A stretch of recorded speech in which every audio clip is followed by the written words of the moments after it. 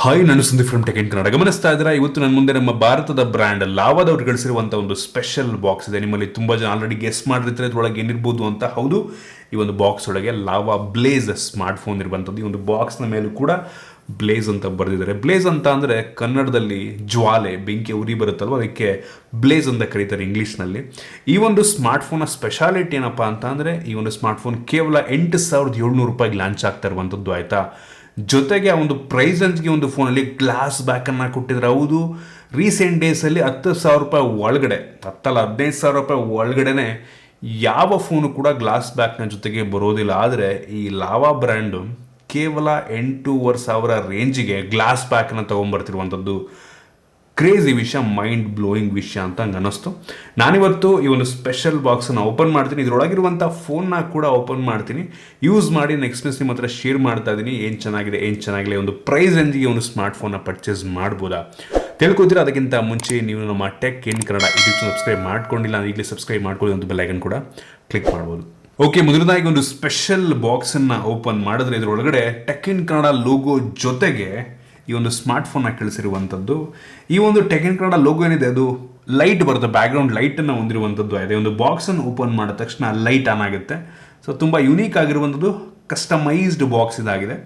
Just ಅದು ಬಿಟ್ಟರೆ ಬೇರೆ ಏನೂ ಇಲ್ಲ. ಪಕ್ಕದಲ್ಲಿ ಆ್ಯಕ್ಚುಯಲ್ ನಿಮಗೆ ಫೋನ್ನ ಬಾಕ್ಸ್ ಇರುವಂಥದ್ದು. ನೀವು ಪರ್ಚೇಸ್ ಮಾಡಿದ್ರೆ ಇದನ್ನೆಲ್ಲ ಕೊಡಲ್ಲ ನಿಮಗೆ, ನಿಮ್ಮ ಹೆಸರಲ್ಲಿ ಹಾಕ್ಬಿಟ್ಟು ಕಳಿಸಲ್ಲ ಅವರು. ಜಸ್ಟ್ ಈ ಒಂದು ಬಾಕ್ಸ್ನ ಜೊತೆಗೆ ಕಳಿಸ್ತಾರೆ ಅಷ್ಟೇ, ಅದು ಬಿಟ್ಟರೆ ಬೇರೆ ಸಹ ನಿಮಗೆ ಸಿಗೋದಿಲ್ಲ. ಇನ್ನು ಆ್ಯಕ್ಚುಯಲ್ ಬಾಕ್ಸನ್ನು ಓಪನ್ ಮಾಡಿದ್ರೆ ಇದರೊಳಗಡೆ ಇನ್ನೊಂದು ಸಣ್ಣ ಬಾಕ್ಸ್ ಇದೆ. ಅದರಲ್ಲಿ ನಿಮಗೆ ಸಿಮ್ ಎಜೆಕ್ಷನ್ ಪಿನ್ ಮತ್ತು ಒಂದು ಟ್ರಾನ್ಸ್ಪರೆಂಟ್ ಬ್ಯಾಕ್ ಕವರ್ ಇರುವಂಥದ್ದು, ಒಂದು ಒಳ್ಳೆ ಕ್ವಾಲಿಟಿಯ TPU ಕವರ್ ಇದಾಗಿದೆ. ಮತ್ತು ಅದರ ಕೆಳಗಡೆ ಒಂದು ಕಾರ್ಡ್ನ ಕೊಟ್ಟಿದ್ದಾರೆ, ಫ್ರೀ ಸರ್ವಿಸ್ ಎಟ್ ಹೋಮ್ ಅಂತ. ಇನ್ ಕೇಸ್ ನಿಮ್ಮ ಫೋನ್ ಏನಾದರೂ ಹಾಳಾಯಿತು ಅಂದರೆ ನೀವು ಸರ್ವಿಸ್ ಸೆಂಟ್ರಿಗೆ ಹೋಗೋ ಅವಶ್ಯಕತೆ ಇಲ್ಲ. ಇಲ್ಲಿ ನಂಬರ್ ಎಲ್ಲ ಕೊಟ್ಟಿದ್ದಾರೆ, ಅದಕ್ಕೆ ಕಾಲ್ ಮಾಡಿದ್ರೆ ಮನೆಗೆ ಬಂದ್ಬಿಟ್ಟು ರಿಪೇರ್ ಮಾಡ್ಕೊಟ್ಟು ಹೋಗ್ತಾರೆ. ಸೂಪರ್ ವಿಷಯ ಅಂತ ಹೇಳಕ್ಕೆ ಇಷ್ಟಪಡ್ತೀನಿ. ಅದರ ಕೆಳಗಡೆ ನಿಮಗೆ ಡೈರೆಕ್ಟಾಗಿ ಒಂದು ಸ್ಮಾರ್ಟ್ ಫೋನ್ ನೋಡೋಕೆ ಸಿಗ್ತದೆ. ಹೆವಿ ಕೈಲಿ ಇಟ್ಕೊಂಡ್ರೆ ಒಂದು ಪ್ರೀಮಿಯಂ ಫೀಲ್ನ ಕೊಡ್ತಾ ಇರುವಂಥದ್ದು, ಆಯಿತಾ. ಆ ಫೀಲ್ ಹಂಗಿದೆ, ಅದ್ರ ಬಗ್ಗೆ ಆಮೇಲೆ ಮಾತನಾಡ್ತೀನಿ. ಅದನ್ನು ಬಿಟ್ಟರೆ ಇದರ ಕೆಳಗಡೆ 10 ವ್ಯಾಟ್ ಒಂದು ಚಾರ್ಜರ್ನ ಕೊಟ್ಟಿದ್ದಾರೆ, ಆಯಿತಾ. ಚಾರ್ಜರ್ನ ಕ್ವಾಲಿಟಿ ಕೆಟ್ಟದಾಗಿದೆ, ಸ್ವಲ್ಪ ಚೆನ್ನಾಗಿಲ್ಲ. ತುಂಬ ಕಡಿಮೆ ದುಡ್ಡಿನ ಚಾರ್ಜರ್ ಅಂತ ಅನ್ನಿಸ್ತಾ ಇರುವಂಥದ್ದು. 10 ವ್ಯಾಟ್, ಈ ಪ್ರೈಸ್ನಿಗೆ 10 ವ್ಯಾಟಿಗಿಂತ ಜಾಸ್ತಿ ನಾವು ಎಕ್ಸ್ಪೆಕ್ಟ್ ಮಾಡೋದಕ್ಕಾಗಲ್ಲ. ಮತ್ತು USB Type-C ಡಾಟಾ ಕೇಬಲ್ ಇರುವಂಥದ್ದು ಒಂದು ಒಳ್ಳೆ ವಿಷಯ, ಆಯಿತಾ.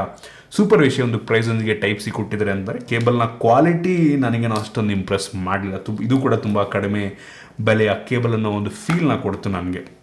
ಅದನ್ನು ಬಿಟ್ಟರೆ ಬೇರೆನೂ ಸಹ ನಿಮಗೆ ಒಂದು ಬಾಕ್ಸ್ ಒಳಗೆ ಸಿಗ್ತಾ ಇಲ್ಲ. ಇನ್ನು ಡೈರೆಕ್ಟಾಗಿ ಒಂದು ಸ್ಮಾರ್ಟ್ ಫೋನಿಗೆ ಬಂತು ಅಂತ ಅಂದರೆ ಈ ರೀತಿ ನೋಡೋಕೆ ಸಿಗುತ್ತೆ, ಆಯಿತಾ. ಲಿಟ್ರಲಿ ಅವನು ಫಸ್ಟ್ ಕೈಲಿಟ್ಕೊಂಡಾಗ ಗ್ಲಾಸ್ ಬ್ಯಾಕ್ ಫೀಲ್ ಇದೆ ಅಲ್ವಾ, ತುಂಬ ಡಿಫ್ರೆಂಟ್ ಆಗಿರುವಂಥದ್ದು. ಒಂದು ವೆಯ್ಟ್ ಇದೆ, ಒಂದು ಬ್ಯಾಲೆನ್ಸ್ಡ್ ವೆಯ್ಟ್ ಇರುವಂಥದ್ದು, ಮತ್ತು ಒಂದು ಲೆವೆಲಿಗೆ ತಿನ್ನಾಗಿ ಕೂಡ ಇದೆ. ಸುಮಾರು 8.9 mm ಥಿಕ್ನೆಸ್ಸನ್ನು ಹೊಂದಿರುವಂಥದ್ದು. ಈ ಒಂದು ಫೋನ್ನ ಫ್ರೇಮ್ ಪ್ಲಾಸ್ಟಿಕ್ ಫ್ರೇಮ್. ಈ ಪ್ರೈಸ್ ರೇಂಜಿಗೆ ಮೆಟಾಲಿಕ್ ಫ್ರೇಮ್ ಎಲ್ಲ ಎಕ್ಸ್ಪೆಕ್ಟ್ ಮಾಡೋದಕ್ಕೆ ಹೋಗ್ಬೇಡಿ. ಫ್ರಂಟಲ್ಲಿ ನಿಮಗೆ ಟಿಯರ್ ಡ್ರಾಪ್ ನಾಚ್ ಸಿಗ್ತಾ ಇರುವಂಥದ್ದು. ಬೆಸಲ್ ಆಲ್ಮೋಸ್ಟ್ ಎಲ್ಲ ಕಡೆ ಕಡಿಮೆ ಇದೆ, ಬಾಟಮಲ್ಲಿ ಸ್ವಲ್ಪ ಜಾಸ್ತಿ ಅಂತ ಅನ್ನಿಸ್ತು. ಫ್ರಂಟಿಂದ ತುಂಬ ನಾರ್ಮಲ್ ಲುಕಿಂಗ್ ಫೋನು. ಫ್ರಂಟ್ ಯಾವುದೇ ಸ್ಕ್ರೀನ್ ಗಾರ್ಡನ್ನು ಹಾಕಿಲ್ಲ, ನೀವು ಸಪ್ರೇಟಾಗಿ ಪರ್ಚೇಸ್ ಮಾಡಬೇಕಾಗುತ್ತೆ, ಬೇಜಾರಾಗುವಂಥ ವಿಷಯ. ಇನ್ನು ಈ ಒಂದು ಫೋನ್ನ ಬ್ಯಾಗ್ ಬಂತು ಅಂದರೆ ಆಗಲೇ ಗ್ಲಾಸ್ ಬ್ಯಾಕ್, ಆಯಿತಾ. ಅಷ್ಟು ಈಸಿಯಾಗಿ ಸ್ಕ್ರ್ಯಾಚ್ ಆಗಲ್ಲ, ತೋರಿಸ್ತಾ ಇದ್ದೀನಿ ನಾನು ನಿಮಗೆ. ಅಷ್ಟು ಈಸಿಯಾಗಿ ಸ್ಕ್ರ್ಯಾಚ್ ಆಗಲ್ಲ, ಒಂದು ಒಳ್ಳೆ ವಿಷಯ. ಒಟ್ಟಿಗೆ ಸ್ಮಡ್ಜಸ್ ಅಂತೂ ಹೆವಿ ಆಗುತ್ತೆ, ಗ್ಲಾಸ್ ಬ್ಯಾಕ್ ಆಗಿರೋದ್ರಿಂದ ಸ್ಮಡ್ಜಸ್ ಎದ್ದು ಕಾಣುತ್ತೆ, ಅದೊಂದು ಬೇಜಾರು ಮಾಡ್ತು. ಸ್ಟಿಲ್ ನೀವು ಬ್ಯಾಕ್ ಕವರ್ ಹಾಕೊಂಡ್ರೆ ತುಂಬ ಒಳ್ಳೆಯದು. ಹಿಂದ್ಗಡೆ ನಿಮಗೆ ಟ್ರಿಪಲ್ ಕ್ಯಾಮ್ರಾ ಸೆಟಪ್ ಇರುವಂಥದ್ದು ಮತ್ತು ಸಿಂಗಲ್ LED ಫ್ಲ್ಯಾಶ್ ಇದೆ. ಮತ್ತು ಹಿಂದ್ಗಡೆ ಫಿಂಗರ್ ಪ್ರಿಂಟ್ ಸೆನ್ಸರ್ನ ಕೊಟ್ಟಿದ್ದಾರೆ, ಆಯಿತಾ. ಸೊ ಸೈಡಲ್ಲಿ ಕೊಟ್ಟಿದ್ರೆ ಇನ್ನೂ ತುಂಬ ಸಕಲ ಕಾಣ್ತಾ ಇತ್ತು ಬ್ಯಾಕು, ಬಟ್ ಫಿಂಗರ್ ಪ್ರಿಂಟ್ ಸೆನ್ಸರ್ನ ಹಿಂದೆ ಕೊಟ್ಟಿದ್ದಾರೆ. ಕೆಲವು ಜನಕ್ಕೆ ತುಂಬ ಕಂಫರ್ಟಬಲ್ ಆಗಿರುತ್ತೆ ಹಿಂದ್ಗಡೆ ಫಿಂಗರ್ ಪ್ರಿಂಟ್ ಸೆನ್ಸರ್ ಕೊಟ್ಟರೆ ಅನ್ಲಾಕ್ ಮಾಡೋದಕ್ಕೆಲ್ಲ. ಅಟ್ಲೀಸ್ಟ್ ಈ ಒಂದು ಬೆಲೆಗೆ 8,500 ಯೂಶ್ವಲಿ ಎಲ್ಲ ಫೋನ್ಲೂ ಕೂಡ ಫಿಂಗರ್ ಪ್ರಿಂಟ್ ಸೆನ್ಸರ್ ಸಿಗುತ್ತೆ, ಇವರು ಕೊಟ್ಟಿದ್ದಾರೆ.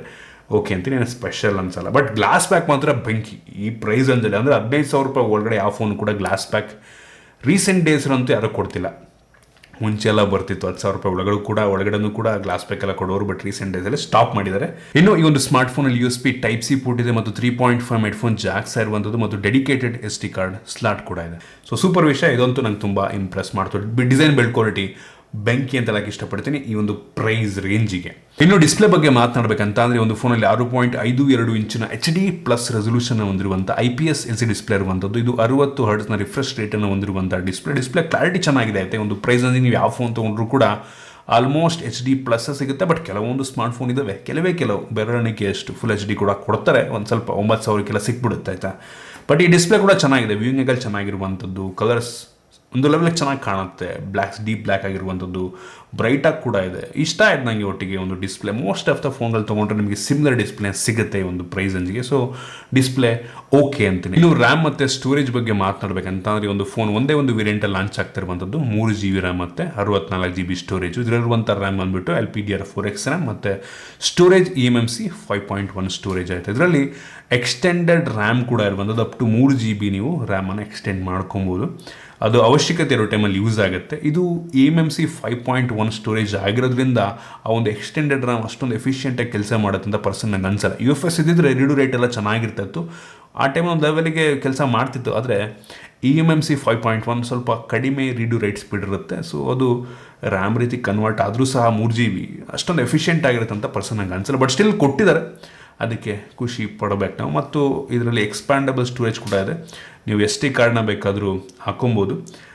Up to 512 GB SD card ನೀವು ಹಾಕೊಬೋದು. ಇನ್ನು ಈ ಒಂದು ಫೋನ್ನ ಪ್ರೋಸೆಸರ್ ಬಗ್ಗೆ ಮಾತನಾಡಬೇಕಂತ ಅಂದರೆ ಒಂದು ಕಿತ್ತೋಗಿರುವಂಥ ಪ್ರೋಸೆಸರ್ ಇದೆ ಒಂದು ಸ್ಮಾರ್ಟ್ಫೋನಲ್ಲಿ. Mediatek ಇಂದ Helio A22 12 ನ್ಯಾನೋಮೀಟರ್ ಟೆಕ್ನಾಲಜಿಯೊಂದಿಗೆ ಬಿಲ್ಡ್ ಆಗಿರುವಂಥ ಪ್ರೋಸೆಸರ್, ತುಂಬ ಕಡಿಮೆ ಪವರ್ನ ಹೊಂದಿರುವಂಥ ಪ್ರೋಸೆಸರ್. ನಾನು ಬೆಂಚ್ ಮಾರ್ಕ್ ಚೆಕ್ ಮಾಡ್ದಂಗೆ ಈ ಒಂದು ಪ್ರೋಸೆಸರ್ ಕೇವಲ 92,000 ರೇಟಿಂಗ್ ಕೊಡ್ತಿರುವಂಥ 92,000 ಈ ಒಂದು ಬೆಲೆಗೆ ನಿಮ್ಗೆ ಆರಾಮಾಗಿ ಅಪ್ ಟು 2 ಲಕ್ಷದ ತನಕ ರೇಟಿಂಗನ್ನು ಕೊಡಬಲ್ಲ ಅಂತ ಪ್ರೋಸೆಸರ್ಗಳು ಸಿಗ್ತವೆ, ನಿಮಗೆ ಆರಾಮಾಗಿ ಸಿಗ್ತವೆ.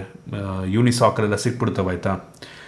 ಅದನ್ನು ಹಾಕಿದರೆ ಚೆನ್ನಾಗಿರ್ತಿತ್ತು ನಂಗೆ ಅನ್ನಿಸ್ದಂಗೆ. ಇದು ತುಂಬ ಕಡಿಮೆ ಪವರ್ ಹೊಂದಿರುವಂಥ ಪ್ರೋಸೆಸರ್. ನೀವು ಹೆವಿ ಟಾಸ್ಕನ್ನು ಮಾಡೋದಕ್ಕಾಗೋದೇ ಇಲ್ಲ. ಒಂದು ಬೇಸಿಕ್ ಆಯಿತಾ, ವಾಟ್ಸಪ್ ಆಗಿರ್ಬೋದು, ಯೂಟ್ಯೂಬ್ ಆಗಿರ್ಬೋದು, ಕೆಲವೊಂದು ಬೇಸಿಕ್ ಅಪ್ಲಿಕೇಶನ್ ಯೂಸ್ ಮಾಡೋದಕ್ಕೆ ಫೈನ್.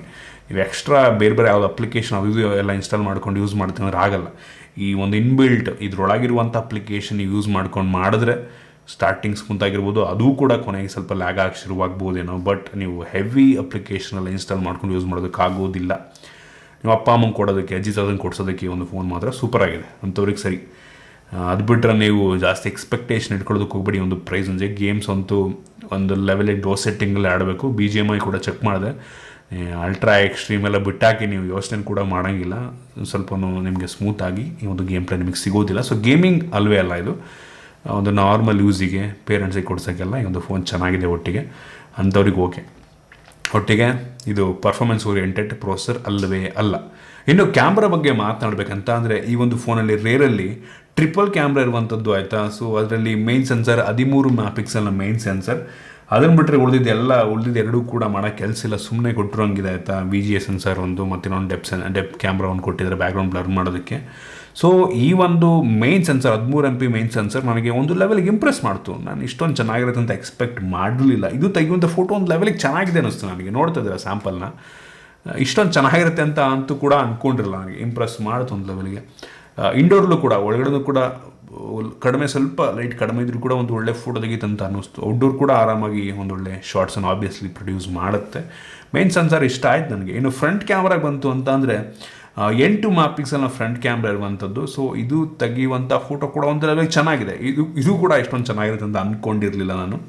ಸೊ ಸಕಲಾಗಿದೆ, ಪರವಾಗಿಲ್ಲ, ಒಂದು ಲೆವೆಲಿಗೆ ಚೆನ್ನಾಗಿ ಬಿಲ್ಡ್ ಮಾಡಿದ್ದಾರೆ. ಆಪ್ಟಿಮೈಸ್ ಕೂಡ ಒಂದು ಲೆವೆಲಿಗೆ ಚೆನ್ನಾಗಿ ಮಾಡಿದ್ದಾರೆ ಅಂತ ಅನ್ನಿಸ್ತು ನನಗೆ. ಸೊ ಸೂಪರ್ ವಿಷಯ. ಇನ್ನು ವೀಡಿಯೋಗ್ರಫಿಗೆ ಬಂತು ಅಂತ ಅಂದರೆ ಫ್ರಂಟು ಮತ್ತು ಬ್ಯಾಕ್ ಎರಡೂ ಕೂಡ ಫುಲ್ HD ವೀಡಿಯೋ ರೆಕಾರ್ಡ್ ಮಾಡೋಲ್ಲ ಸಾಮರ್ಥ್ಯನ ಹೊಂದಿರುವಂಥದ್ದು. ಓಕೆ ಅಂತೀನಿ ಒಂದು ಬೆಲೆಗೆ ಫುಲ್ HD ಅಂತ ಅಂದರೆ ಕ್ವಾಲಿಟಿ ತೋರಿಸ್ತಾ ಇದ್ದೀನಿ ನಾನು ನಿಮಗೆ. ಓವರಾಲ್ ಕ್ಯಾಮ್ರಾ ನನಗೆ ಇಷ್ಟೊಂದು ಚೆನ್ನಾಗಿರುತ್ತೆ ಅಂತ ಅಂದ್ಕೊಂಡಿರಲಿಲ್ಲ ಆನೆಸ್ಟ್ಲಿ. ಬಟ್ ಕ್ವಾಲಿಟಿ ಸೂಪರ್ ಆಗಿದೆ ಅನ್ನಿಸ್ತು, ತೋರಿಸ್ತಾ ಇದ್ದೀನಿ ನಿಮಗೆ. ಸ್ಯಾಂಪಲ್ ನೋಡಿ ನೀವೇ ಜಡ್ಜ್ ಮಾಡ್ಬೋದು. ಇನ್ನು ಸೆಕ್ಯೂರಿಟಿ ಬಗ್ಗೆ ಮಾತನಾಡಬೇಕಂತ ಅಂದರೆ ಒಂದು ಫೋನಲ್ಲಿ ಹಿಂದ್ಗಡೆ ಇರುವಂಥದ್ದು ಫಿಂಗರ್ ಪ್ರಿಂಟ್ ಸೆನ್ಸಾರು 1 ಸೆಕೆಂಡ್ ನಿಧಾನವಾಗಿ ಓಪನ್ ಮಾಡುತ್ತೆ ಅನ್ನಿಸ್ತು ಆಯಿತಾ. ಸ್ವಲ್ಪ ಸ್ಲೋನೇ ಇದೆ. ಕ್ಲಿಕ್ ಮಾಡಿ ಆಗಿ 1 ಸೆಕೆಂಡಿಗೆ ಓಪನ್ ಆಗುತ್ತೆ, ನೋಡ್ಬೋದು. ಕ್ಲಿಕ್ ಮಾಡ್ತೀನಿ, ಈಗ ಓಪನ್ ಆಯಿತು. ಕ್ಲಿಕ್ ಮಾಡ್ತೀನಿ, ಈಗ ಓಪನ್ ಆಯಿತು. ಕ್ಲಿಕ್ ಮಾಡ್ತೀನಿ, ಈಗ ಓಪನ್. ಒಂದು ಸ್ವಲ್ಪ ಡಿಲೇ ಇದೆ. ಮತ್ತು ಫೇಸ್ ಅನ್ಲಾಕ್ ಕೂಡ ಅಷ್ಟೇ ಒಂದು ಸ್ವಲ್ಪ ಡಿಲೇ ಇದೆ ಅನ್ನಿಸ್ತು ನನಗೆ. ಇದಂತೂ ಸ್ಟ್ರೈಟಾಗಿ ಫೇಸ್ ಇಲ್ಲ ಅಂದ್ರಂತೂ ಸ್ಟ್ರಗಲ್ ಮಾಡುತ್ತೆ. ಓಕೆ, ಇದು ಕೂಡ ಆಲ್ಮೋಸ್ಟ್ 1 ಸೆಕೆಂಡ್ ಡಿಲೇ ಇದೆ. ಆಬ್ವಿಯಸ್ಲಿ ಈ ಒಂದು ಪ್ರೈಸಲ್ಲಿ ಈ ಒಂದು ಪ್ರೋಸೆಸರ್ಗೆ ಜಾಸ್ತಿ ಎಕ್ಸೆಪ್ಟ್ ಮಾಡೋದಕ್ಕೂ ಆಗಲ್ಲ ನಾವು. ಇನ್ನು ಈ ಒಂದು ಫೋನ್ನ ಬ್ಯಾಟ್ರಿ ಬಗ್ಗೆ ಮಾತನಾಡಬೇಕಂತಂದರೆ ಇದರಲ್ಲಿ ನಿಮಗೆ 5000 mAh ಕೆಪಾಸಿಟಿಯ ಬ್ಯಾಟ್ರಿ ಇದೆ. ಒಂದು ಒಳ್ಳೆ ವಿಷಯ ಈ ಒಂದು ಪ್ರೈಸ್ಗೆ 5000 ಅಂತಂದರೆ. ಮತ್ತು ಬಾಕ್ಸ್ ಒಳಗೆ 10 ವ್ಯಾಟ್ನ ಚಾರ್ಜರ್ ಕೊಟ್ಟಿದ್ದಾರೆ. ಚಾರ್ಜರ್ನ ಕ್ವಾಲಿಟಿ ಅಂತೂ ಚೆನ್ನಾಗಿಲ್ಲ, ಬಟ್ ಸ್ಟಿಲ್ 10 ವ್ಯಾಟಲ್ಲಿ ಚಾರ್ಜ್ ಅಂತೂ ಮಾಡೋದು. ಅಟ್ಲೀಸ್ಟ್ ಚಾರ್ಜರ್ ಕೊಟ್ಟಿದ್ದಾರಲ್ಲ, ಅದಕ್ಕೆ ಖುಷಿ ಪಡಬೇಕು ನಾವು. ಇನ್ನು ಇದನ್ನು ಬಿಟ್ಟರೆ ಈ ಒಂದು ಫೋನಲ್ಲಿ ನಿಮಗೆ ಮೋನೋ ಸ್ಪೀಕರ್ ಇರುವಂಥದ್ದು, ಬಾಟಮ್ ಫೈರಿಂಗು. ಮತ್ತು ಇದರಲ್ಲಿ ನಿಮಗೆ Android 12, ಹೌದು ಲೇಟೆಸ್ಟ್ Android 12ನ ಬೇಸ್ಗಳನ್ನು ಆಗ್ತಿರುವಂಥ OS ಇರುವಂಥದ್ದು ಒಂದು ಖುಷಿ ವಿಷಯ. ಲೇಟೆಸ್ಟ್ ಸ್ಟ್ಯಾಂಡರ್ಡ್ ಕೊಟ್ಟಿದ್ದಾರಲ್ವಾ, ಅದೇ ನಂಗೆ ತುಂಬ ಇಂಪ್ರೆಸ್ ಮಾಡ್ತು. ಇದೊಂದು ರೀತಿ ಸ್ಟಾಕ್ ಆ್ಯಂಡ್ರಾಯ್ಡ್ ಎಕ್ಸ್ಪೀರಿಯನ್ಸ್ ನಿಮಗೆ ನೀಡುತ್ತೆ. ಯಾವುದೇ ಬೇಡದಿರೋಂಥ ಅಪ್ಲಿಕೇಶನ್ ಈ ಒಂದು ಸ್ಮಾರ್ಟ್ಫೋನ್ ಕೊಟ್ಟಿಲ್ಲ ಅವರು. ನಿಮಗೇನು ಸ್ಟಾಕ್ ಆ್ಯಂಡ್ರಾಯ್ಡಲ್ಲಿ ಕೆಲವೊಂದು ಗೂಗಲ್ ಅಪ್ಲಿಕೇಶನ್ ಇರ್ತಾವಲ್ವ, ಅದನ್ನು ಬಿಟ್ಟರೆ ಬೇರೆ ಏನೂ ಸಹ ಇಲ್ಲ. ಅದೇ ಒಂದು ಖುಷಿ ಕೊಟ್ಟಂಥ ವಿಷಯ. ಚೆನ್ನಾಗಿದೆ OS ಒಂದು ಈ ಒಂದು ಪ್ರೋಸೆಸರ್ಗೆ ಒಂದು ಲೆವೆಲ್ಗೆ ಸ್ಮೂತಾಗಿ ಅನ್ನಿಸ್ತು. ನನಗೆ ಎಲ್ಲೂ ಕೂಡ ಅಷ್ಟೊಂದು ಹೆವಿ ಲ್ಯಾಗ್ ಆಗುತ್ತೆ ಅಂತ ಅನಿಸಿಲ್ಲ. ಬಟ್ ನೀವು ಅಪ್ಲಿಕೇಶನ್ ಇನ್ಸ್ಟಾಲ್ ಮಾಡ್ದಂಗೆ ಯೂಸ್ ಮಾಡ್ತಾ ಸ್ವಲ್ಪ ಒಂದು ಆ ಸ್ಟಟರ್ ಫೀಲ್ ಆಗಬಹುದೇನೋ ಸದ್ಯಕ್ಕೆ ಅಂತ ಒಂದು ಅನ್ನಿಸ್ತಿಲ್ಲ. ಇನ್ನು ಇದರಲ್ಲಿ ನಿಮಗೆ ಡ್ಯುಯಲ್ ಬ್ಯಾಂಡ್ ವೈಫೈ ಸಪೋರ್ಟ್ ಇದೆ. ಹೌದು, ಡ್ಯುಯಲ್ ಬ್ಯಾಂಡ್ 5 GHz 2.4 GHz ಎರಡೂ ಕೂಡ ಇರುವಂಥದ್ದು. ಇಂಪ್ರೆಸ್ ಮಾಡುತ್ತೆ. ಮತ್ತು ಬ್ಲೂಟೂತ್ 5.0 ಇದೆ. ಮತ್ತು ಕ್ಯಾರಿಯರ್ ಅಗ್ರಿಗೇಷನ್ ಅಂತೂ ನೀವು ಈ ಪ್ರೈಸ್ ರೇಂಜಿಗೆ ಎಕ್ಸ್ಪೆಕ್ಟ್ ಕೂಡ ಥಿಂಕ್ ಕೂಡ ಮಾಡೋದಕ್ಕೆ ಹೋಗ್ಬಿಡಿ. ಒಂದು ಪ್ರೈಸ್ ರೇಂಜಿಗೆ ನೀವಾದರೆ ಕೇಳ್ಬೋದು, ಈ ಒಂದು ಸ್ಮಾರ್ಟ್ಫೋನೇ ಒಂದು ಪ್ರೈಸ್ ರೇಂಜಿಗೆ ಪರ್ಚೇಸ್ ಮಾಡ್ಬೋದಾ ಅಂತ. ಪರ್ಸನಲಿ ನಂಗೆ ಅನ್ಸಿದ್ದೇನು ಗೊತ್ತಾ, ಈ ಒಂದು ಪ್ರೈಸ್ ರೇಂಜಲ್ಲಿ ಈ ಗ್ಲಾಸ್ ಬ್ಯಾಕ್ ಇದೆ ಅನ್ನೋ ಒಂದು ರೀಸನಿಗೆ ಬೇಕಾದ್ರೆ ಪರ್ಚೇಸ್ ಮಾಡ್ಬೋದು. ಅದನ್ನು ಬಿಟ್ಟರೆ ಪ್ರೋಸೆಸರ್ ನೋಡಿಕೊಂಡು, ಪ್ರೋಸೆಸರ್ ನಂಗೆ ಇದರಲ್ಲಿ ಎಲ್ಲ ಇಷ್ಟ ಆಯಿತು. ಪ್ರೋಸೆಸರ್ ಒಂದನ್ನು ಬಿಟ್ಟು ಪ್ರೋಸೆಸರ್ ಒಂದು ಸ್ವಲ್ಪ ಚೆನ್ನಾಗಿ ಕೊಟ್ಟಿದ್ದರೆ ಈ ಒಂದು ಪ್ರೈಸ್ ರೇಂಜಿಗೆ ನಾನು ಆರಾಮಾಗಿ ಪರ್ಚೇಸ್ ಮಾಡಿ. ಅಟ್ಲೀಸ್ಟ್ G35 ಕೊಟ್ಟಿದ್ರು ಕೂಡ ನಾನು ಓಕೆನಪ್ಪ ಅನ್ನುವೆ. G35 ಇದಕ್ಕಿಂತ ಸ್ವಲ್ಪ ಜಾಸ್ತಿ ಪವರ್ನ ಹೊಂದಿರುವಂಥ ಪ್ರೋಸೆಸರ್. ಯುನಿಸಾಕ್ T ಸೀರೀಸಿನ ಪ್ರೋಸೆಸರ್ ಕೊಟ್ಟಿದ್ರಂತೂ ಬೆಂಕಿ ಅಂತ ಇದ್ದೆ. ಆದರೆ ಈ ಪ್ರೋಸೆಸರ್ ನಂಗೆ ಸ್ವಲ್ಪ ಇಷ್ಟ ಆಗಿಲ್ಲ. ತುಂಬ ಕಡಿಮೆ ಪವರ್ನ ಹೊಂದಿರುವಂಥ ಪ್ರೋಸೆಸರ್. ಈ ಪ್ರೈಸಲ್ಲಿ ಇದಕ್ಕಿಂತ ಪವರ್ಫುಲ್ ಆಗಿರುವಂಥ ಪ್ರೋಸೆಸರ್ ಸಿಗುತ್ತೆ. ಆ ಒಂದು ಕಾರಣಕ್ಕೆ ಯೋಚನೆ ಮಾಡಿ ಅಂದರೆ ಬಿಲ್ಡ್ ಅಂತೂ ಬೆಂಕಿ ಇದೆ ಆಯಿತಾ. ಗ್ಲಾಸ್ ಬ್ಯಾಕ್ ಕೊಟ್ಟಿದ್ದಾರೆ, ಅದೇ ಒಂದು ಖುಷಿ ವಿಷಯ ನನಗೆ. ಸೊ ಇದಿಷ್ಟು ಈ ಒಂದು ಫೋನ್ನ ಬಗ್ಗೆ ನನ್ನ ಆನೆಸ್ಟ್ ಒಪಿನಿಯನ್. ನಿಮಗೆ ಇದ್ರ ಬಗ್ಗೆ ಅನ್ಸುತ್ತೆ ಕಾಮೆಂಟಲ್ಲಿ ತಿಳಿಸ್ಬೋದು. ಇಷ್ಟಪಟ್ಟು ಲೈಕ್ ಮಾಡಿ, ಶೇರ್ ಮಾಡಿ. ಈ ರೀತಿ ನಮ್ಮ ಬೇರೆ ವಿಡಿಯೋಗಳು ನಮ್ಮ tech in Kannada YouTube subscribe ಮಾಡ್ಕೊಳ್ಳಿ. ಈಗಲೇ ಸಬ್ಸ್ಕ್ರೈಬ್ ಮಾಡ್ಕೊಳ್ಳಿ ಮತ್ತು ಬೆಲ್ ಐಕನ್ ಕೂಡ ಕ್ಲಿಕ್ ಮಾಡ್ಬೋದು. ಸಿಗೋಣ ಮುಂದಿನ ವಿಡಿಯೋದಲ್ಲಿ.